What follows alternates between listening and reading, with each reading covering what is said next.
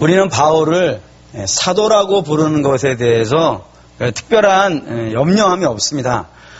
당연히 그럴 거라 생각이 돼요. 예를 든다면 바울은 신약성경 27권 중에서 14권을 쓰신 분으로 13권을 쓰신 분으로 되어 있단 말이에요. 그리고 우리가 신앙의 가장 기본으로 삼고 있는 것이 믿음으로 구원을 받는 것인데, 이 믿음으로 구원받는다는 이 신학 사상을 가장 잘 설명해 놓고 체계적으로 잘 정리해 놓은 분이 또한 바울이기도 하고, 또 바울은 우리가 알다시피 선교를 열심히 한 분이라, 우리가 알고 있는 초대교회 대부분의 교회들은 다 사도 바울과 연결되어져 있는, 그래서 교회의 세계화에 가장 혁혁한 공을 세운 사람이 일단 바울인 것은 틀림이 없거든요. 그래서 우리가 바울을 사도라고 부르는 데 있어서 아무런 염려가 없고 걱정이 없습니다. 그런데 그거는 지금 우리의 입장에 그런 것이고, 처음에 사도 바울, 초대교회에서는 사도 바울을 사도라고 부르는 것에 대해서 굉장한 반감을 가졌어요. 얼마나 반감을 가졌는지 그 이유를 설명한 것들이 있는데, 일단은 초대교회에서는 사도는 누구만 사도였냐면 예수님에게 직접 전도받은 사람들. 그래서 예수님의 생애와 예수님의 고난과 예수님의 십자가와 예수님의 부활과 예수님의 승천을 직접 눈으로 목격한 사람들, 그 사람들만 사도라고 생각을 했거든요. 또 뿐만 아니라 예루살렘에서 사도들의 추천서를 받았던 그런 사람들 정도는 되어줘야 된다고 생각했고, 또 그것도 아니라면 인물이 좋다든가 또 말솜씨가 좋다든가 이런 것들이 있어야 되는데, 사도 바울은 그런 것도 없이 그냥 질병만 있었던 사람 이렇게 돼 있기 때문에 외형적으로 이 사람은 사도다라고 할 만큼 자랑할 만한 것이 당시에 사도 바울에게는 없었단 말이에요. 그래서 그 초대교회 교인들은 상당히 사도 바울을 사도라고 부르는 것에 대해서 불편해했고 또 싫어했고 반감을 가진 사람들이 많았단 말입니다. 그래서 사도 바울은 그런 사람들을 향해서 내가 진짜 사도인 것이 틀림이 없다는 사실을 증명을 해야 됐다 이거예요. 왜냐하면 자기가 전한 복음이 사도가 아니면요, 전할 가치가 없어지는 거란 말이에요. 그래서 어떻게 해서든지 자기가 전한 이 예수 그리스도를 믿음으로 구원받는다고 하는 이 사실을 모든 교회가 아멘시키기 위해서는 자기가 그냥 평범한 전도자 이상으로 사도임을, 예수 그리스도로 인하여서 임명되어진 사도임을 증명해야 됐다 이겁니다. 그래서 그런 것들이 성경에 참 치열하게 나오는 거예요. 근데 오늘 본문에도 내가 사도임을 증명하는 내용들이 등장한다 이겁니다. 오늘은 이제 3가지 정도로 당신이 사도라는 것에 대해서 분명히 이야기하고 있는데, 그 첫 번째는 뭐냐면 내가 맡은 직분을 내가 어떻게 감당하고 있는지가 사도인 나를 증명해 준다는 거예요. 그러니까 내가 사도라고 인 직분을 어떻게 감당하고 있는가, 얼마나 진지하고 얼마나 정직하게 감당하고 있는 것이 내가 사도임을 증명해 준다 이겁니다. 한번 읽겠습니다. 5장 18절입니다. 3절, 6장 3절 읽을게요. 우리가 이 직분이 비방을 받지 않게 하려고 무엇이든지 아무에게도 꺼리끼지 않게 하려 하고, 여기 직분이 나오는데 이 직분이 사도라는 직분이고, 이 사도라고 하는 직분은 뭐 하는 직분이냐면, 이건 여기로 볼게요. 고린도후서 5장 18절. 고린도후서 5장 18절 읽겠습니다. 모든 것이 하나님께로부터 났으며 그가 그리스도로 말미암아 우리를 자기와 화목하게 하시고 또 우리에게 화목하게 하는 직분을 주셨으니, 이 사도라고 하는 직분은 뭐 하는 직분이라고요? 화목해 하는 직분이다라고 되어 있단 말입니다. 이게 무슨 말인지를 여러분들이 좀 잘 이해할 필요가 있어요. 우리 주님께서 이 땅에 있는 교회를 설명할 때 이렇게 설명하신 걸 여러분 기억하시면 좋겠습니다. 밭이 있는데요, 이 밭에 주인이 무슨 씨를 뿌렸냐면 알곡을 뿌렸단 말이에요. 근데 간밤에 자고 난 사이에 그 알곡 사이에 뭐가 있는 거예요? 가라지가 생긴 거예요. 그래서 이 밭에는 2가지가 항상 있다 이거예요. 하나는 알곡이 있고 또 하나는요, 가라지가 있어요. 알곡은 앞으로 어떻게 될 거예요? 창고에 들어갈 것이고, 가라지는 어떻게 될 거예요? 불에 탈 것이 있더라 이겁니다. 이 세상에 있는 그게 이제 교회를 상징하는 것인데, 우리 주님께서 그러시는 거예요. 이 교회 안에는 알곡도 있고 가라지도 있는 것이 현실이라고요. 그런데 사도 바울은 그렇게 구분하지 않는 거예요. 알곡과 가라지로 구분하지 않는 거예요. 왜냐하면 사도 바울은 자기 자신이 알곡과 가라지로 구별할 만한 자격이 자기에게는 없는 거예요. 이 구분은 누구만 할 수 있는 거예요. 예, 우리 주님만이 하실 수 있는 거예요. 우리 주님만이 알곡을 알곡이라 하실 수 있고 가라지를 가라지라고 구분할 수 있는 것은 우리 주님밖에 없는 것이고, 또 자기가 이 알곡과 가라지를 구분할 만한 자격이 없다는 것도 뭐로 설명할 수 있냐면은, 우리는 우리 눈으로 지금 봤을 때 알곡인 사람이 가라지가 되는 경우가 있더라 이거예요. 또 반대의 경우도 있을 거 아니겠어요? 지금 우리 눈으로 바라봤을 때는 정말 가라지에 지나지 않는 사람인데 나중에 지나고 보니까 진짜로 알곡인 사람도요 있다 이거예요. 그러니까 우리는 이걸 구별할 수가 없는 거예요. 그러니까 오직 주님만이 이걸 구별하실 수 있는 것이니까 사도 바울도 자기가 구별하지 않는 것이고 우리 주님도 말씀하신다고요. 당신의 일꾼에게는 이 알곡과 가라지를 구분하라고 말씀하지 않는 거예요. 그들에게는 어떻게 하냐면 함께 자라게 하라 라는 명령만 주실 뿐이지, 일꾼도 알곡과 가라지를 구분할 만한 실력과 자격이 없는 거예요. 그래서 이 사도 바울은 교인을 구분할 때 알곡과 가라지로 구분하지 않아요. 근데 사도 바울이 구별하는 방식은 딴 게 있는 거예요. 어떤 게 있냐면, 지금 하나님과 화목한 사람, 또 한 사람은요 지금은 하나님과 화목하지 않은 사람, 이 두 종류의 사람으로만 구별하는 거예요. 그래서 자기의 직분은 뭐 하는 것이냐면, 지금은 아직 주님과 화목하지 않은 사람은 어떻게 해주는 거라고요? 그 화목하게 만들어주는 일을 한 게 내가 하는 일이고, 또 화목한 사람은요 그 화목이 온전해질 수 있도록, 그 화목이 완전해질 수 있고 충만해질 수 있도록 그렇게 인도해 가는 것이 자기가 맡은 일이라 이거예요. 그러니까 이게 자기가 맡은 일이라는 겁니다. 이게 참 여러분 사랑하는 믿음의 성도 여러분 중요한 거예요. 우리는 자기는 그런 거예요. 나는 사람들에게 대접받고 인정받는 것이 목적이 아니고, 이 땅에 있는 사람들, 화목한 사람은 더 주님과 화목할 수 있도록 인도해 주는 것이 내가 할 일이고, 반대로 아직 화목하지 않은 사람은 그 주님과 화목할 수 있도록 만들어주는 일이 내가 하는 일이라 이거예요. 그렇기 때문에 이 일을 어떻게 해야겠어요? 열심히 한다 이거예요. 그러니까 대접받기 위해서 하는 것이 아니고 이 일을 열심히 해야 된다 이거예요. 왜 그러냐면 이 화목케 하는 직분을 누가 맡겼으니까요. 우리 주님이 맡긴 거예요.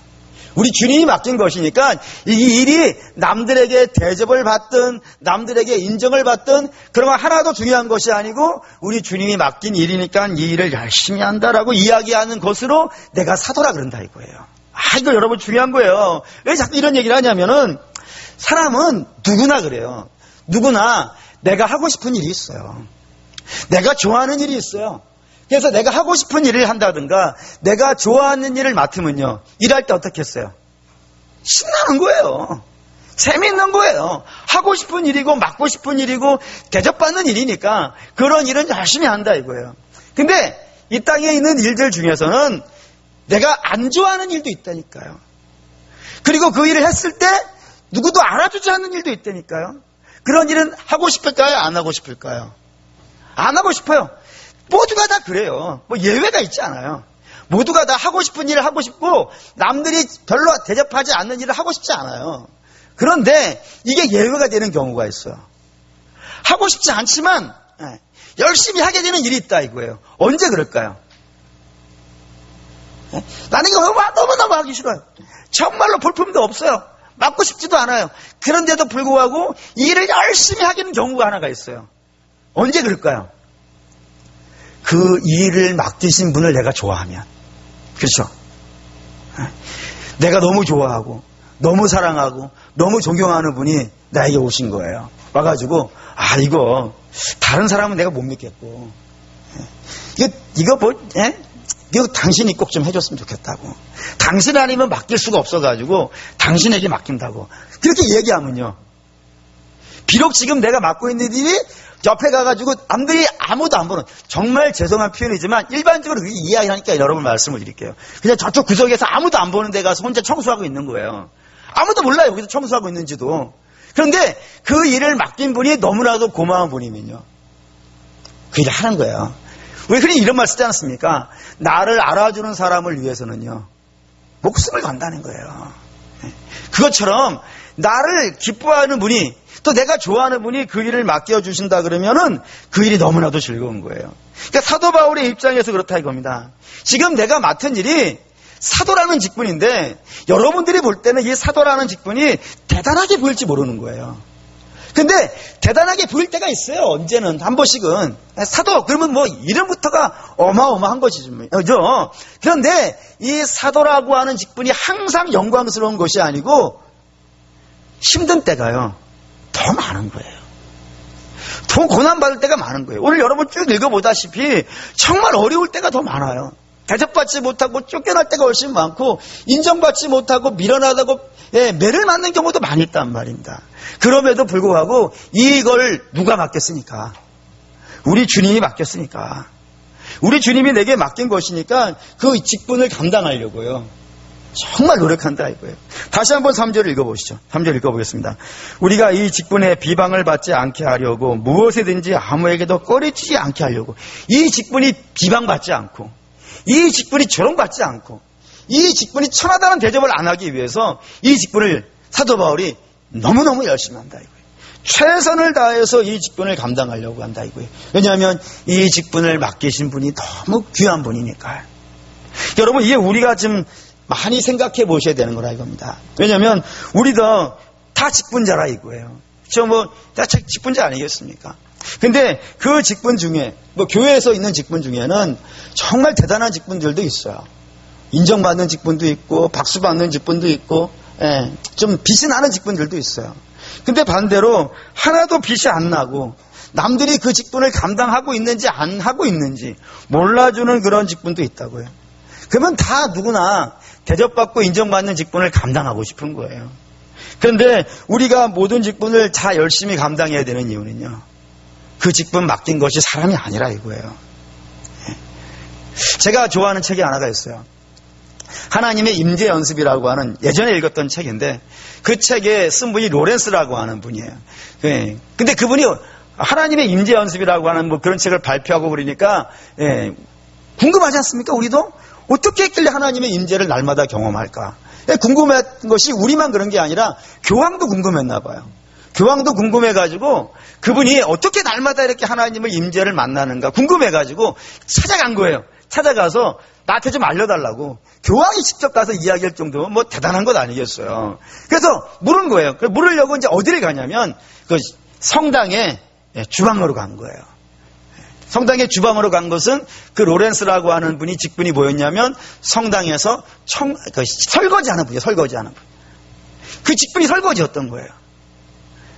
근데 그래서 묻는 거예요. 당신은 어떻게 이 주방에서 어떻게 날마다 이렇게 주님의 임재를 경험하냐고. 그때 그 로렌스가 한 말이 이제 유명한 말이 되는 거예요. 왜냐하면 나는 이 설거지가 누가 맡긴 거라고요. 그렇죠? 우리 주님이 맡긴 거라고. 그래서 너무 신난다고. 하나님이 나 같은 사람을 귀하게 여기셔가지고 이런 직분을 내게 맡기셔서 모든 성도들이 먹은 음식, 그 설거지를 나로 하여금 하게 하셨다고. 여러분, 그렇게 생각하는 사람에게 그 일이 지겨운 일이 되겠습니까? 하찮은 일이 되겠습니까? 볼품없는 일이 되겠습니까? 아니, 여러분, 우리의 직분을 누가 봐주시길 원하는 거예요? 사람이 그 직분을 봐주시길 원합니까? 여러분, 우리가 사람이 그 직분을 봐주기를 원한다 그런다면은 그 직분 빛이 안 납니다. 근데 우리의 직분은 누가 봐줘야 되는 거예요? 우리 주님이 봐줘야 되는 거 아니겠어요? 그래서 하나님이 날마다 그에게 임재하시더라 이거예요. 그의 직분 감당하는 걸 보려고. 그의 직분을 즐겁게 감당하는 걸 보려고 그 주방에 임하시는 주님. 그게 로렌스 형제가 쓴 하나님의 임재 연습이라는 겁니다. 그렇기 때문에 사랑하는 우리 믿음의 성도 여러분, 여러분들이 맡은 직분이 작다라고 생각하여서 볼품없다 생각하지 마십시오. 분명히 말씀드리는데 5달러짜리 직분이 있습니다. 반면에 1달러짜리 직분이 있습니다. 그래 여러분, 놀라운 소식이 있습니다. 그게 뭐냐면 그 1달러 직분도 잘 감당하면요 100배를 거두는 거예요. 그럼 여러분들이 맡은 직분을 하찮다 여기지 마시고 그거를 정말 즐거운 마음으로 감당하십시오. 그러면 그 즐거운 마음으로 감당하고 있는 거 누구만 그런다고요? 하나님이 직분 맡긴 자 그런 거예요. 그야 진짜 직분자가 그런다 이거예요. 그리고 여러분도 하나님 내게 맡겨진 이 직분을 즐겁게 감당할 수 있도록 이 직분이 누구로부터 온 것인지를 분명히 아는 성도가 되게 해주십시오라고 여러분 그렇게 기도하실 수 있기를 주의 이름으로 부탁드립니다.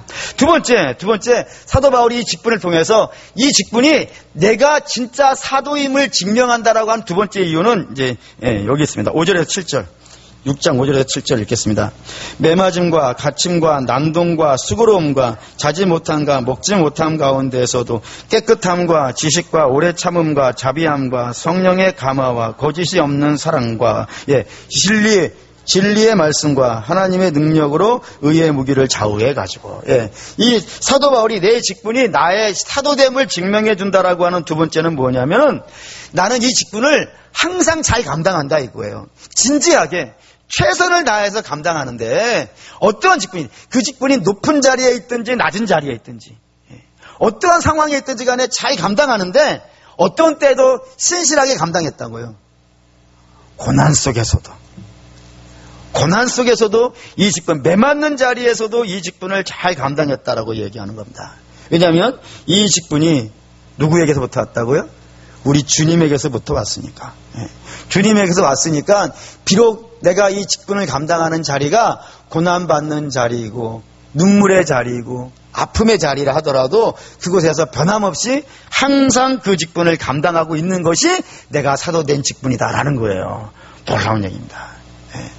여러분 이걸 사도 바울은 이런 식으로 설명도 해요. 한번 볼까요? 빌립보서 1장 12절에서 18절입니다. 12절에서 18절 읽겠습니다. 형제들아 내가 당한 일이 도리어 복음 전파의 진전이 된 줄을 너희가 알기를 원하노라.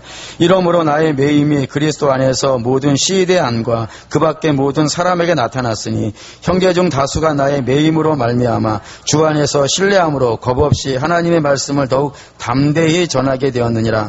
어떤 이들은 투기와 분쟁으로 어떤 이들은 착한 뜻으로 그리스도를 전파하나니 이들은 내가 복음을 변증하기 위하여 세우심을 받은 줄 알고 사랑으로 하나 그들은 나의 순수하지 못하게 다툼으로 그리스도를 전파하느니라. 그러면 무엇이냐? 거치로 하나 참으로 하나 무슨 방도로 하든지 전파되는 것은 그리스도니 이로써 나는 기뻐하고 또한 기뻐하리라. 이게 무슨 말이냐 이런 겁니다. 이 빌립보서라고 하는 성경은 이 사도 바울이 로마의 감옥에 처음 1차 투옥됐을 때 쓴 편지라고 되어 있어요. 그래서 제목이 옥중서신, 옥중에서 쓴 편지라고 이렇게 되어져 있다는 겁니다. 근데 내용은 이래요. 사도 바울이 이 감옥에 들어가기 전에 방방곡곡 다니면서 복음을 전할 때 이 처음 복음을 전한 사람에게만 복음을 전한 것이 아니고 주변에 있는 성도들에게도 부탁도 한 거예요. 나하고 함께 복음을 전합시다. 좀 나를 도와서 함께 복음을 전합시다. 라고 이렇게 주변에 있는 성도들에게 가서 또 부지런히 이야기를 했는데 그때 이 먼저 복음을 들은 사람들은요. 사도 바울이 함께 하자 했을 때 아무도 함께 하지 않았다 이거예요.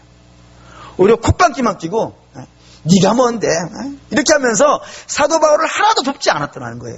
그래 얼마나 복음 전하는 것이 힘들었겠어요. 근데 사도 바울이 감옥에 들어가고 나니까 그때 사도 바울에 대해서 콧방귀 꼈던 사람들이 어떻게 했다고요? 열심히 하도록 시작했다는 거예요. 막 나와가지고 사도 바울 그 사람 잊어버리라고, 착한 사람이라고, 그 믿을 만한 사람도 아니라고, 대신 우리가 전하는 복음이 진짜고 우리가 전하는 예수가 진짜니까 사도 바울 잊어버리고 우리를 따라서 신앙생활 하자고 이렇게 해가지고 모든 사람들의 마음을요 다 자기들에게로 돌려세운 거예요. 그래서 이 사도 바울의 남은 제자들이 그 모습이 너무 속상했던 거예요. 너무 속상해가지고 사도 바울에게 편지를 쓴 겁니다. 뭐라고 썼냐면, 선생님 너무한 거 아닙니까? 이 사람들 너무한 거 아닙니까? 그러니까 이렇게 막 속상해하니까 사도 바울이 이제 편지를 써서 이야기를 하는 거예요. 뭐라 그러냐면 두 가지 이유를 드는 거예요. 내가 기뻐하는 이유, 내가 감옥에 들어와 있었지만 기뻐하는 이유 두 가지를 쓰는데, 첫 번째는 뭐냐면 얼마나 다행이냐. 내가 감옥 밖에 있을 땐 나 혼자밖에 안 했는데 내가 감옥에 들어오니까 다른 사람이 하지 않냐. 내가 혼자 할 때보다는, 사람이라는 게 혼자 하는 것보다는 두 사람이 하는 게 낫지 않습니까? 두 사람이 한 것보다 세 사람이 한 게 낫지 않겠어요? 내가 감옥에 있을 때는 이 세 사람이 안 했는데 내가 감옥에 들어오니까 이 세 사람이 뛴다. 내 세 배로 띄워주니까 얼마나 고맙냐. 신비롭지 않습니까? 근데 두 번째도 이유가 있어요. 두 번째 자기가 기뻐하는 이유는 뭐냐면 내가 고난을 당한 것이 난 잘 이해가 되지는 않지만 이 감옥에 들어오고 나니까 좀 달라지는 게 하나 있더라. 그게 뭐냐면 내가 감옥 밖에 있을 때는 누구에게는 복을 못 전하는 거예요. 감옥 안에 있는 사람 보기에는 복을 못 전하는 거예요. 근데 감옥에 들어오니까 누구에게 전하게 된 거예요. 이게 신기한 거예요. 지금이야 감옥이 교도소가 들어가면 못 나오죠. 들어간 사람이 탈옥한다는 건 거의 불가능합니다. 왜 그러냐면 지금의 감옥은요 잘 만들어져 있기 때문이에요. 잘 만들어져 있기 때문에 못 나오는 것이고, 지금부터 2000년 전에 감옥은 어땠을 것 같으세요? 지금처럼 뭐 철창살 있고 경비 시스템 있고 뭐 이렇게 높은 벽 세워놓고 여러 사람 모아놓고 이랬을 것 같습니까? 그건 지금 생각을 갖지 마시라 이거예요. 2000년 전의 감옥은 어떤 감옥이냐면 그냥 일반 집이에요. 여기를 감옥이라 한다? 내가 해가지고 그 해오름 아파트 106동 106동 603호 이렇게 정해놓은 거예요 그냥. 그러면 왕이 106동 603호를 감옥이다라고 이야기했으면 그게 감옥이 되는 거예요. 그래 얼마나 웃기겠어요. 도망가기 쉽겠어요? 어렵겠어요? 쉬운 거예요. 그러니 중죄인은 그렇게 그냥 대충 넣어놓으면 안 되는 거예요. 그럼 중죄인은 어떻게 넣어놓냐면 이렇게 넣어놔요. 간수하고 같이 묶어놔요. 요즘 뭐 형사물, 범죄물 보면은 경찰이 누구 잡아갈 때 범죄자 손에도 수갑 채우고 자기 손에도 수갑 채우고 하잖아요. 그런 식으로 같이 수갑을 채워놔요. 같이 발에다가 창고를 채워놓는 거예요. 뭐 두 사람이면 두 사람, 세 사람이면 세 사람 이렇게 여러 사람을 같이 묶어서 한 방에 넣어놓는 거예요. 그리고 이제 간수는 3시간에 한 번씩 교대시켜 주는 거예요. 그러면 앉아가지고 뭐 할 것 같으세요? 서로 앉아가지고 처음에는 뭐 동해물과 백두산이도 불렀을 것이고 또 한 번은 뭐 두만강 푸른물이 또 부를 것이고 여러 가지 하지 않겠어요. 그런데 뭐 노래만 불러가지고 그 시간을 다 채울 수는 없을 거 아니겠어요. 그 이제 간수가 묻는 거예요. 너는 뭐 때문에 감옥에 왔냐? 라고 하면은 나는 살인을 저질렀는데 이 살인을 저질렀는데 내가 일부러 한 건 아니라고 어쩔 수 없이 이렇게 한 것이라고. 그러면 이제 간수는 뭐라 그러겠어요? 내가 지금까지 수많은 살인자를 봤어. 그런데 당신 같은 종으로 들어온 사람은 다 어떻게 되는 거예요? 다 죽었어. 내가 당신 너 마음 접어. 이렇게 얘기해 주지 않겠어요. 맨날 본 사람들이 그런 사람이니까. 그럼 제가 사도 바울도 물어보지 않겠습니까? 당신은 무슨 죄를 저질렀길래 들어왔어요? 당신은 누굴 죽였습니까? 라고 얘기했더니 사도 바울은 뭐라고 얘기했어요? 나는 누구를 죽인 것이 아니고 살리려고 한 사람이라고. 그럼 간수가 놀라지 않겠습니까? 아니 살리려고 하는 사람이 어떻게 감옥에 들어오냐고. 그랬더니 사도 바울이 그 뒤에서 이렇게 얘기했을 거예요. 나는 예수 그리스도를 전하는 사람이고 그 예수 그리스도를 믿으면 당신도 산다고. 그러면 이제 간수가 궁금하지 않겠어요? 그 예수가 누구냐고. 그러면 이제 그때부터 이제 이야기가 펼쳐져 가지 않겠습니까? 그 간수도 별 할 일도 없으니까 계속 이야기해 보라고. 그런 얘기 저는 실제 그렇게 간증도 들었어요. 뭐 김진호 목사님이라는 분이 계시는데 그분이 이제 감옥에 많이 들어갔던 분이거든요. 그분이 이제 간증을 하시는데 뭐라 그러냐면 당신이 감옥에 들어갔을 때는 이 깡패들이 많이 들어왔다는 거예요. 깡패들이 많이 있는 감방에 자기를 넣었기 때문에 아마 시국사범이라 그래서 시국사범, 정치범이니까 이 깡패들한테 맞으라고 거기다 넣어놨다고. 근데 이제 간수들이 그 깡패들이 모여가지고 물어보더라는 거예요. 당신은 뭐 때문에 왔냐고. 그랬더니 맨날 성경만 보고 앉아있으니까 그 성경 안에 뭐 써있냐고 물어보더라는 거예요. 그래서 이 목사님이 어떻게 하면 이 성경의 이야기를 재밌게 얘기해 줄까 하다가 이제 다니엘을 이야기하셨다는 거예요. 다니엘이 우리와 같이 감옥에 들어갔는데 사자가 먹질 않았더라고. 그랬더니 이제 깡패가 뭐라고 하냐면 다니엘 멋있다고 계속 이야기하라고. 다니엘 이야기. 그러다가 그 감옥에 있는 깡패들을 다 전도했다는 거예요. 놀라운 일이에요. 그러니까 사도 바울도 그랬다 이거예요. 그렇게 이야기하다 보니까 간수도 예수 믿게 되고 간수도 3시간에 한 번씩 바뀌니까 3시간마다 그 얘기하는 거예요. 여러분 믿음은 어디서 나요? 간수들도 3시간마다 돌아가면서 들었다 보니까 그게 믿음이 들어가더라 이거예요. 그래서 그 감옥에 있는 모든 사람을 다 전도했다는 거예요. 그러니까 사도 바울이 그때 아는 거예요. 내가 감옥에 들어온 이유를 몰랐는데 하나님이 내게 감옥에 들어가게 하심으로 밖에는 나를 반대하던 사람이 복음을 전하게 하시고 감옥 안에서는 이 간수들에게 복음을 전하게 하셔서 안팎으로 예수를 믿게 하시니까 이제부터 어떻게 하겠어요? 사도 바울은. 내가 비록 어려운 환경에 놓인다 하더라도요, 복음 전하는데 열심을 하는 거예요. 여러분, 그게 자기가 사도된 직분이라고요. 우리는 힘들고 어려우면 우리 직분을 포기하는 경우들이 있어요.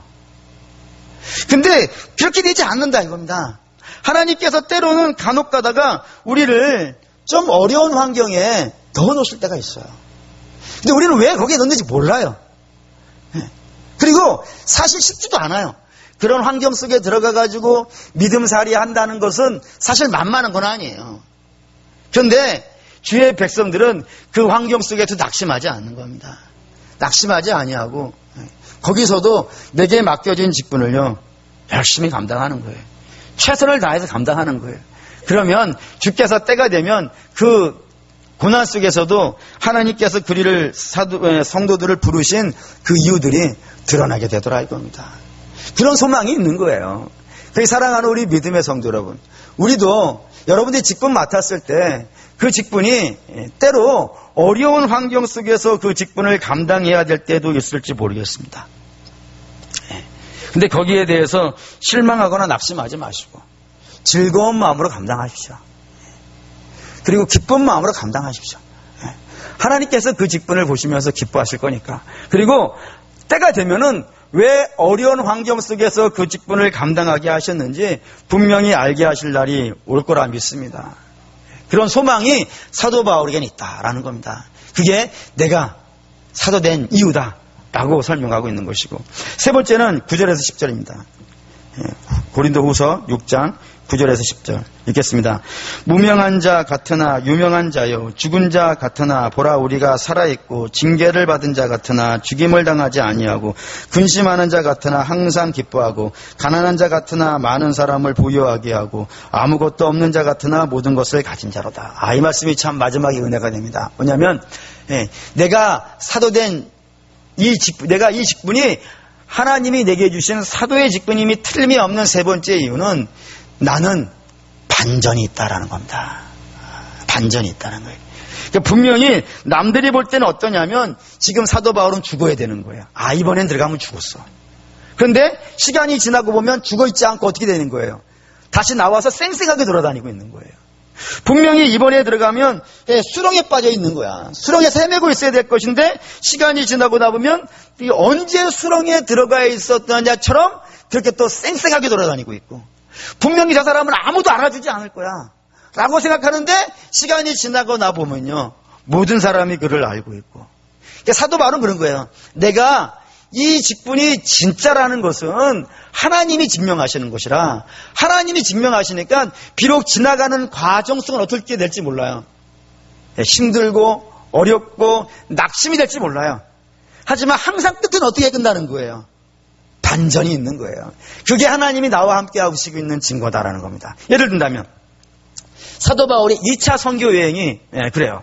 2차 선교 여행이 어떤 상황이냐면, 우리 주님께서 사도 바울이 소아시아라고 하는 지역에서 복음을 전하려고 했는데 그에게 소아시아에서 복음을 전하지 못하도록 막고 꿈에 이 마게도니아 사람 하나를 보여주시는 거예요. 그래서 마게도니아 사람이 와서 우리를 도우라, 와서 우리를 도우라는 그 음성을 듣고 사도 바울이 자기의 원래의 계획을 취소하고 마게도니아로 넘어간 거예요. 그러면 그렇게 환상과 꿈을 받고 마게도니아로 넘어갔으면 마게도니아에서 진행되어지는 사도 바울의 선교 사역은요, 순풍에 돛단 듯이 그렇게 막 열매를 막 맺으면서 진행이 되어질 거라고 우리가 생각이 되잖아요. 근데 의외로 2차 선교 여행은 계속 실패해요. 어떻게 실패하냐면 처음에 넘어간 곳이 빌립보인데 빌립보에서는 자기가 기도할 것도 못 구해요.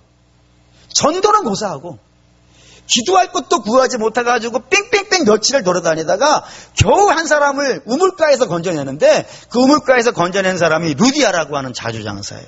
그래서 그의 집에서 유럽의 교회가 처음 시작이 되어져요.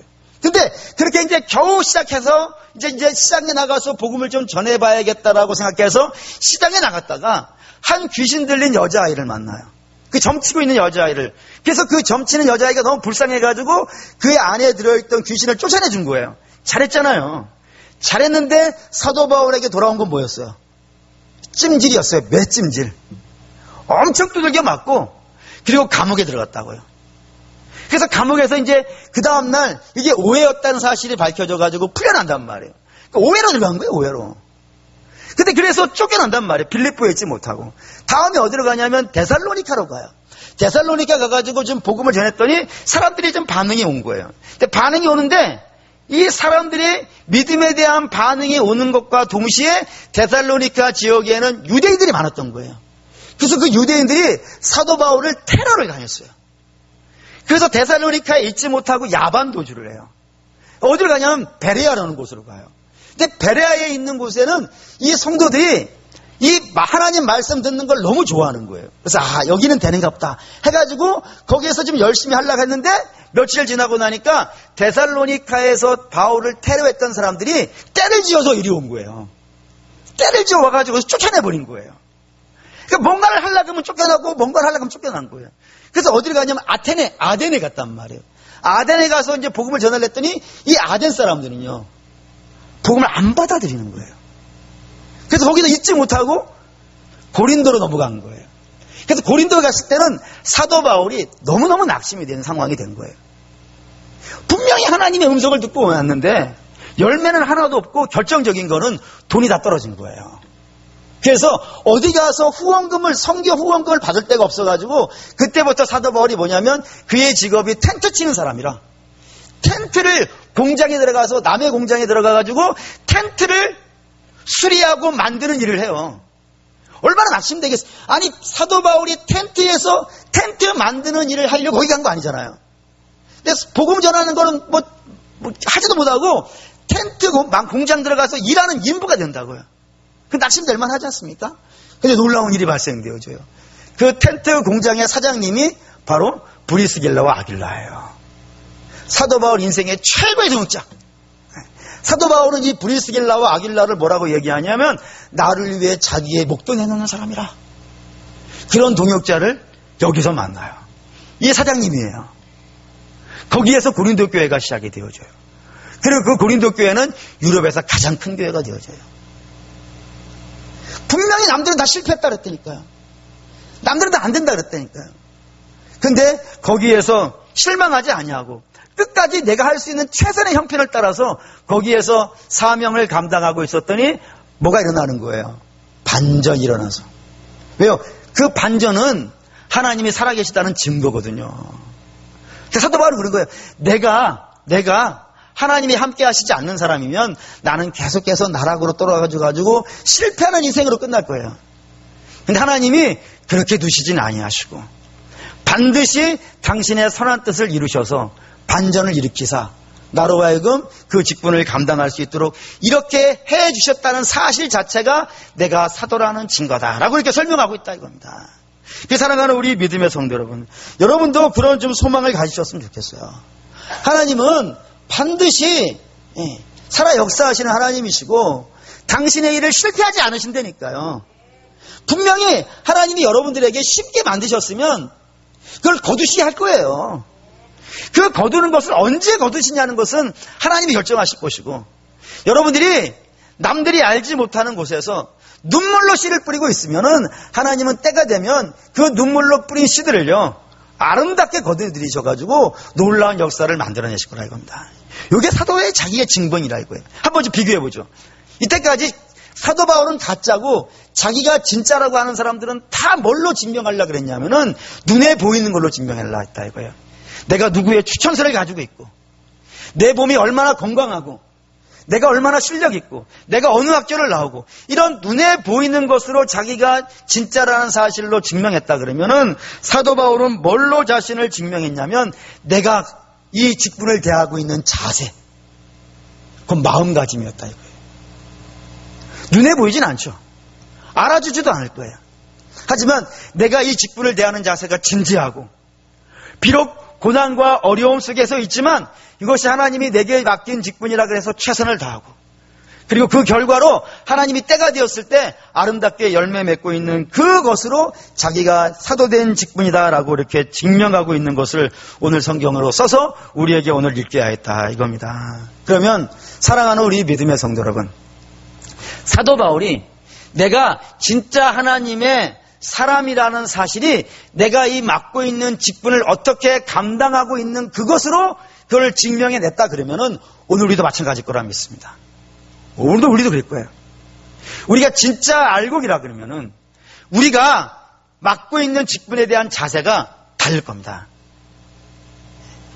남들이 알아주지 않는 직분이라 하더라도 그 직분이 소중할 거예요. 여러분도 그렇게 여러분들이 맡고 있는 직분이 소중하게 보이시기를 축원합니다.